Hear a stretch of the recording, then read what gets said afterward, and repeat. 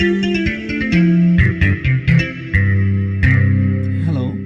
this is iMathit with Samuel Oke. This channel is dedicated to helping young mathematicians reach their full potential as soon as possible. And in this lesson, we will be focusing on the Taylor series. Taylor series is for obtaining the derivative of a function at the point where x is equal to a and a is not equal to 0. You will notice that the Taylor series and Maclaurin series are very much similar. The only difference is in Maclaurin series we find the derivative of the function at x equals 0. Now let's get right into it. The Taylor series is given as the function of x given will be equal to f of a plus x multiplied by f prime of a and plus x raised to power 2 plus the third derivative at x is equal to a divided by 2 factorial and plus x raised to power 3 multiplied by the derivative at x equals a divided by 3 factorial and plus, and it goes on and on. Well, let's experiment with this problem. So the function of x we have to deal with is sin x, and we have to obtain the derivative, the Taylor series for the function at a equals 30 degrees. So let's look into the formula. We needed the function of x. So in this case, it is sine of x. We are going to keep it simple. So this problem is very easy to deal with. At a equals 30, f of a will be equal to sine of 30 degrees. And that is going to be equal to 1 all over 2, right? Okay. Then we'll go on and find the derivative of the function. So what is the derivative of sine of x? It is cosine of x.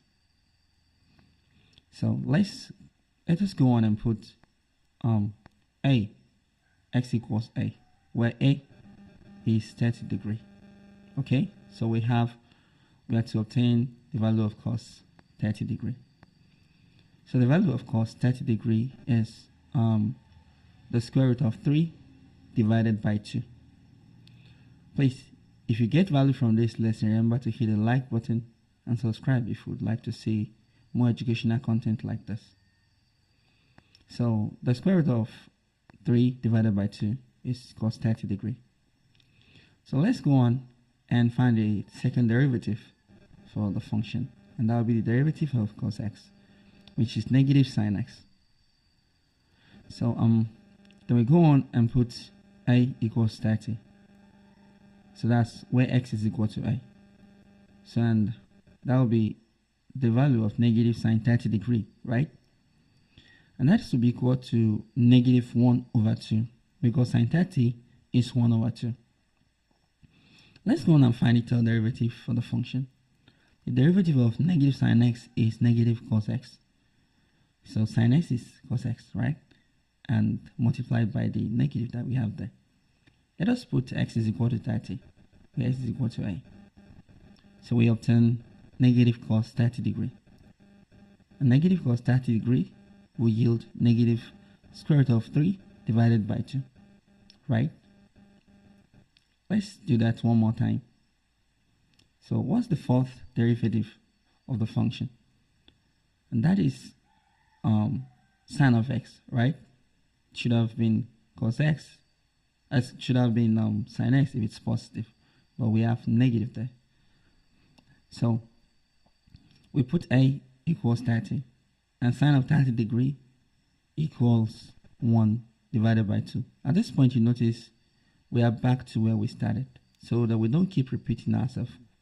Let's discontinue that. So we simply go on and put all these values back into the formula. So what is the function of x we are dealing with here? It's sine of x. So that is the function we want to obtain the Taylor series for. So what is f of a? The first value obtained there is 1 over 2, and plus x and multiply by f of a, f prime of a, the first derivative. So what is that? That's square root of 3 divided by 2, right?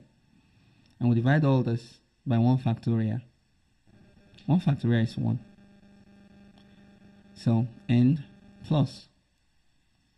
Next is x raised to power 2 and multiplied by the second derivative of the function at s is equal to a, which is -1 divided by 2, and all over 2 factorial, which should be 2 multiplied by 1. Okay, and plus x raised to power 3. This time multiplied by the third derivative at x equals 30 degree, which is negative square root of 3 divided by 2, all divided by 3 factorial, which is 3 times 2 and times 1. We have 1 more to go. So the next to be x raised to power 4 and multiplied by the fourth derivative at x is equal to 30 degree, which is 1 over 2 again. And this divided by 3 by 4 factorial. 4 factorial is 4 times 3 times 2 and multiplied by 1. And it continues, the series continues. So let us solve this. So we have 1 over 2 and plus. Then you have x multiplied by square root of 3. You have x square root of 3 and divided by 2. You are dividing by 1, so that's it. And plus, let's open the bracket and deal with the fraction first. So we have x raised to power 2. We are multiplying by -1. So we have negative s squared and divided by 2 times 1 is 2. So, and multiplied by 1 over 2 when we change the sign for the fraction. And plus, here we have x raised to power 3. We are multiplying by negative square root of 3 divided by 2. So now we have to divide that by 3 times 2, which is 6. So let us multiply that by 1 divided by 6. Okay, and for the next one, we have x raised to power 4 multiplied by 1 divided by 2. Here we should divide by 24. So, but let us multiply it by 1 over 24. Please be very careful when doing this so that you don't make mistake. So the series goes on. So let's continue. So we have 1 divided by 2 and plus x square root of 3 divided by 2 and plus here we have minus because plus times minus is minus, right? So we have negative x raised to power 2 divided by 4. 2 times 2 is 4. So, and minus x raised to power 3 multiplied by square root of 3 is x raised to power 3 square root of 3 divided by 2 times 6 is 12.